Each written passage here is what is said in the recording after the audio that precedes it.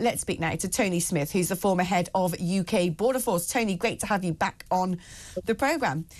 The big news today is less about people coming over in boats and more about people coming over in trains, planes and automobiles and presenting a passport at the border and being told, come on in, you're welcome. You get to stay here for the rest of your life. Record figures, there's projections that these might start tipping down again. And so Sir Keir Starmer really coming out, pointing the finger of blame directly at the Conservative Party, calling it an immigration experiment.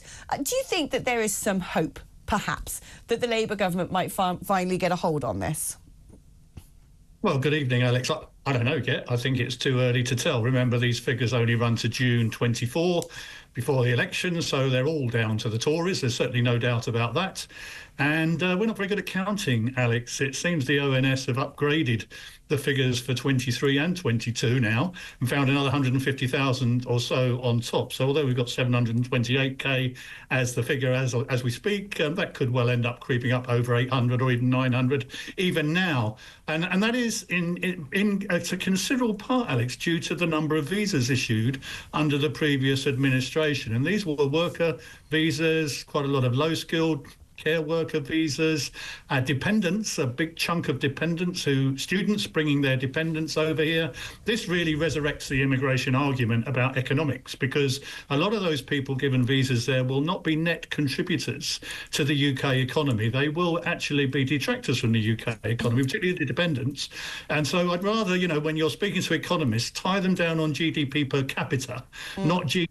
Obviously, they're going to produce more, but when you drill down at what they're costing in terms of access to services like education, health, housing, etc., actually is a net drain. And I think that is beginning to ring bells in Whitehall at last. But it certainly hasn't been for the last 3 years. I think the Treasury have been getting their way and saying, no, we need just more and more people, just issue more and more visas. And the Home Office have gone along with it.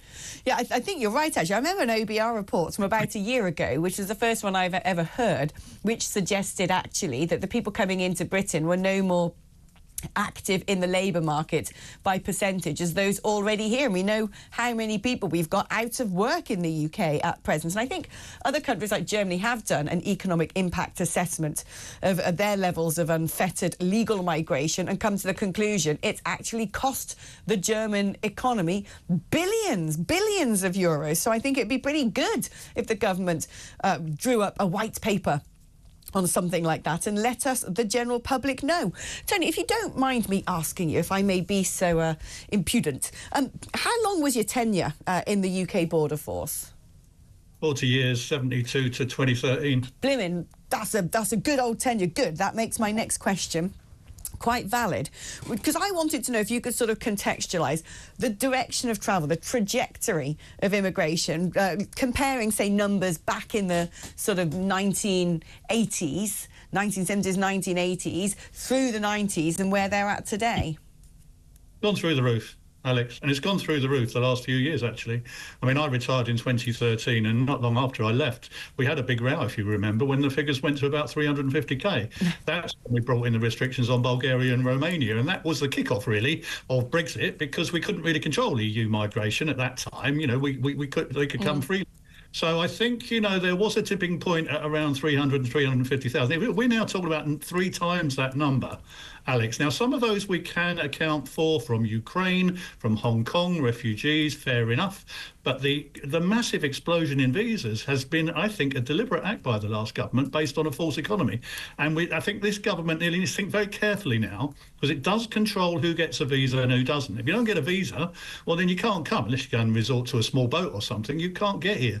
So I think the visa policy does need looking at, and I think it needs analysis by the department. And the government need to tell us how many visas are they going to issue next year for people coming more than a year, and for what purpose, and what is the criteria. They kind of sat on the threshold that Rishi Sunak introduced of 38k as an income guide for what you need for a worker visa in terms of salary. That haven't really come out yet themselves, I don't think, Labour, to say exactly what their policy is going to be. Right. It's been mainly looking back and saying how bad but I can remember a Labour government in the past saying they failed on this. I can remember the Blair government saying that they failed on this when they were in charge. So I'm waiting to see whether And one of our government's actually going to get a grip on this. Well, this is what worries me, because when asked about what he thinks a suitable figure would be, he refused to answer. But do you not think that we kind of need a top-down approach? Couldn't immigration cap actually work? And it's sort of like, once you reach this point, that's it, doors are shut. Yeah, it could do, Ali. I mean, not on the boats, I don't think. When we talk about the boats separately, but the boats only account for about 10% of this number. I mean, the other 90%, we do control that. I mean, that does go to ministers. They do make policy to decide who gets. There is a tension in Whitehall. Some departments say, no, we need people, we need doctors, we need nurses. They're good for the economy, as we said. But the Home Office can control this. They can say, no, we're not issuing any more visas to these particular, and write a law, a regulation, actually, not even a law, which is passed, which says that, the visa officer will be told, no, sorry, you don't qualify for a visa. It is within our control. But I think what's happened is that we've been consistent. I think that's why public are fed up with this, Alex. I'm sure you are. I mean, I am too. Oh, yeah. Are we always being told, whatever your colour of your politics, that they are going to reduce immigration? Yeah. We don't, and they still haven't. And I think that's why people are really, really fed up with this. Yeah, I saw statistics the other day showing that about 75% of people say immigration is really badly out of control, and nobody's ever voted for this. Everyone's always voted in quite the other direction. Do we know, when we get these figures that have been published today, do we have any sort of breakdown of where people are coming from, which nations? Yeah, the visa figures are all online if you want to look them up. And I mean, the main top 5 visas have been India, 240,000, Nigeria, 120,000, China, 78,000, Pakistan, 100,000. I mean, these sorts of visa numbers, Alex, were never issued in my day, and haven't been for many, many times. And they are largely student and worker visas, and in particular the dependents of students and workers, which takes me back to my first point about, well, if you come to study here, should you be allowed to bring your family with you? And should you not be making a commitment? You're going to study here. You used to have to demonstrate you could pay for the course, you could pay for your accommodation without working.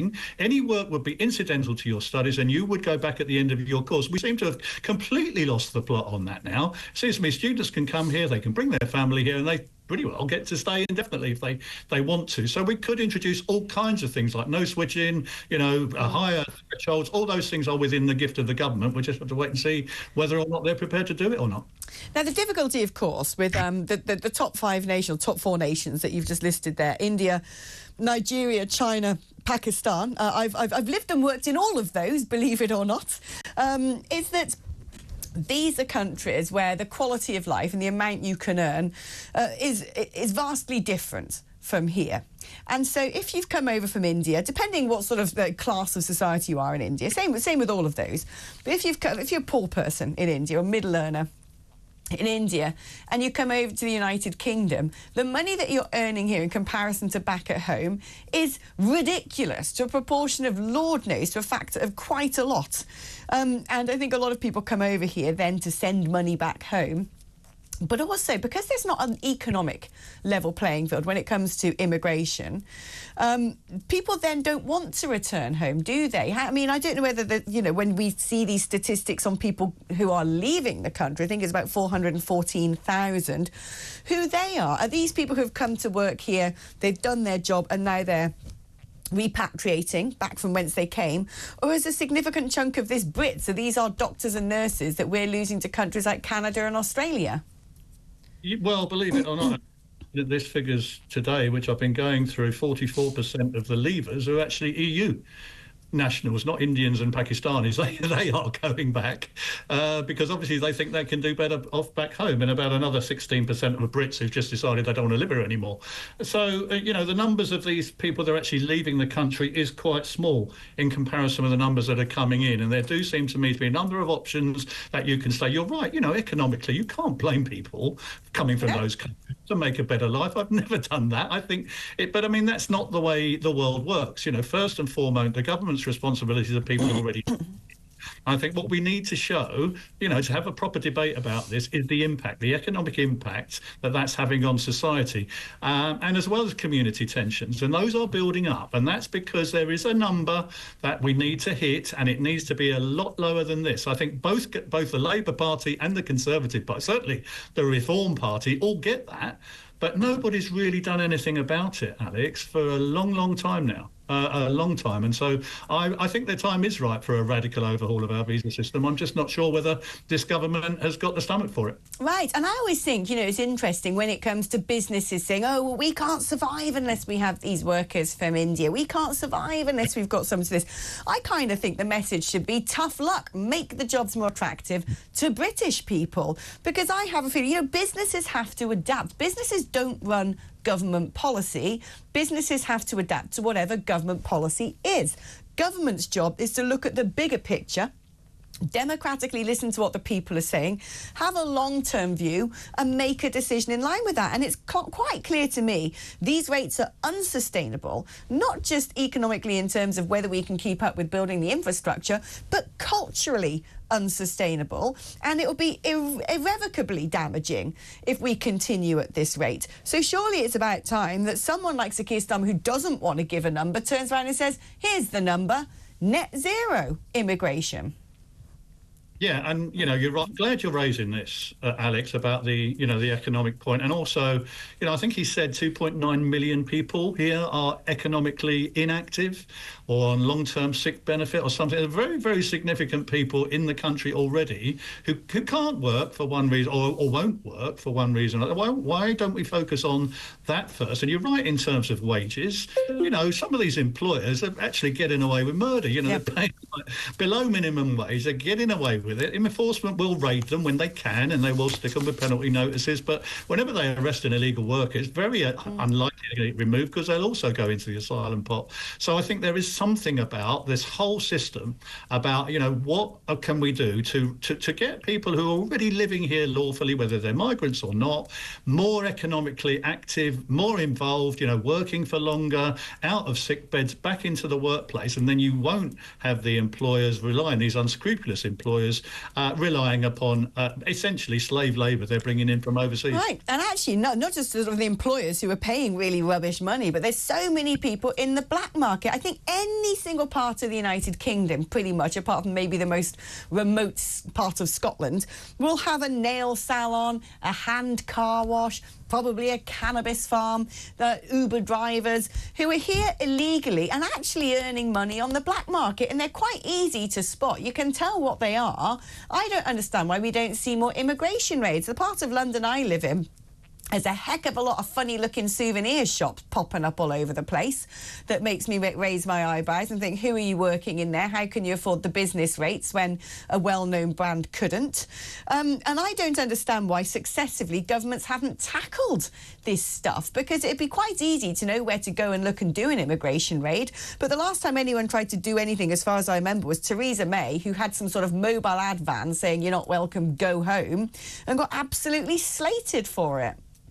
Well, you rest assured, Alex, the ICE teams, the immigration teams, are out and about now. They're out and about all the time. They're probably listening to your show, saying, what's she talking about? Oh, sorry if you're doing it. Keep up the good work, lads.